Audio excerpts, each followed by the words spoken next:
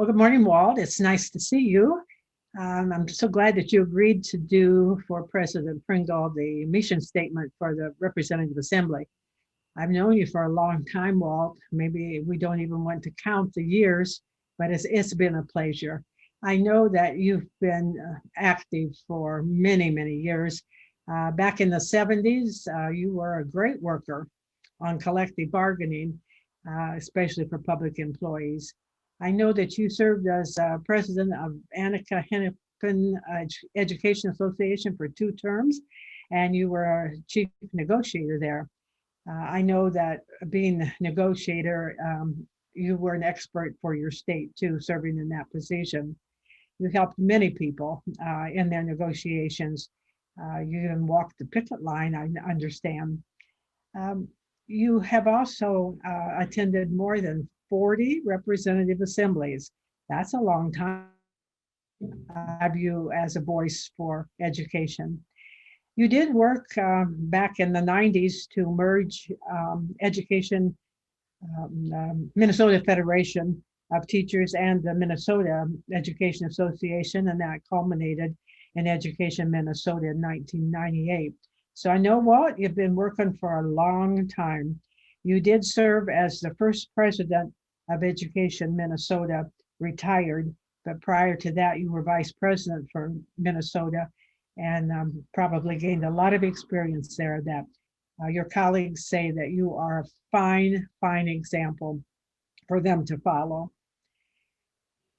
You've served on all of the Education Minnesota retired committees, but currently we know that you chair the Constitution and bylaws. That's not an easy job, Walt. We know every word, every jot and tittle must be taken care of when you have language in your Constitution. You've been known for serving all of Minnesota on all of Minnesota's legislative commissions and on the pension and retirement, as well as Minnesota's Public Employee Pension Coalition. Your activities have also included working with the Minnesota Democratic Farm Labor Party, especially in Senate District number 36. You've served a lot of caucuses and a lot of conventions and have gained a lot of experience and have shared your expertise. Your political work has always centered on public education, the kids, and educators. You've served as an election judge too for many years. I don't know what you do in your free time. Oh, yes, I do. You've been an environmentalist to protect the chain of lakes in the area where you live. You know what? When last I saw you, you were working at the quilt booth at the convention, very faithful. And if you visit the retired website, we'll see your picture there working. So it really is no surprise, Walt, that President Pringle chose you because you see, Walt, you are our Distinguished Service Award recipient for 2021. I congratulate you on that. I thank you for your service, Walt. And if you would like to say a few words, we hope we've surprised you and would like to hear from you.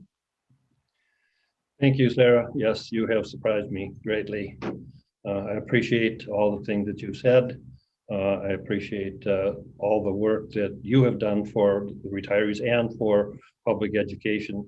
I also would like to thank the National Education Association because as I go back over the years, back into the early 70s, with all the training that I received as an individual to become the person that I am today, thank them for all of those many hours of time that they spent helping me to become a better leader.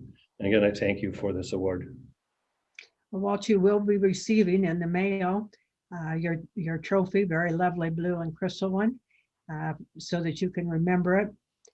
You have no idea what we had to go through today to get you here and to keep it a secret. So we can do that. Many thanks to the Minnesota Association for nominating you and for your work, for your love of public education, and for the example that you've set for us. Thank you.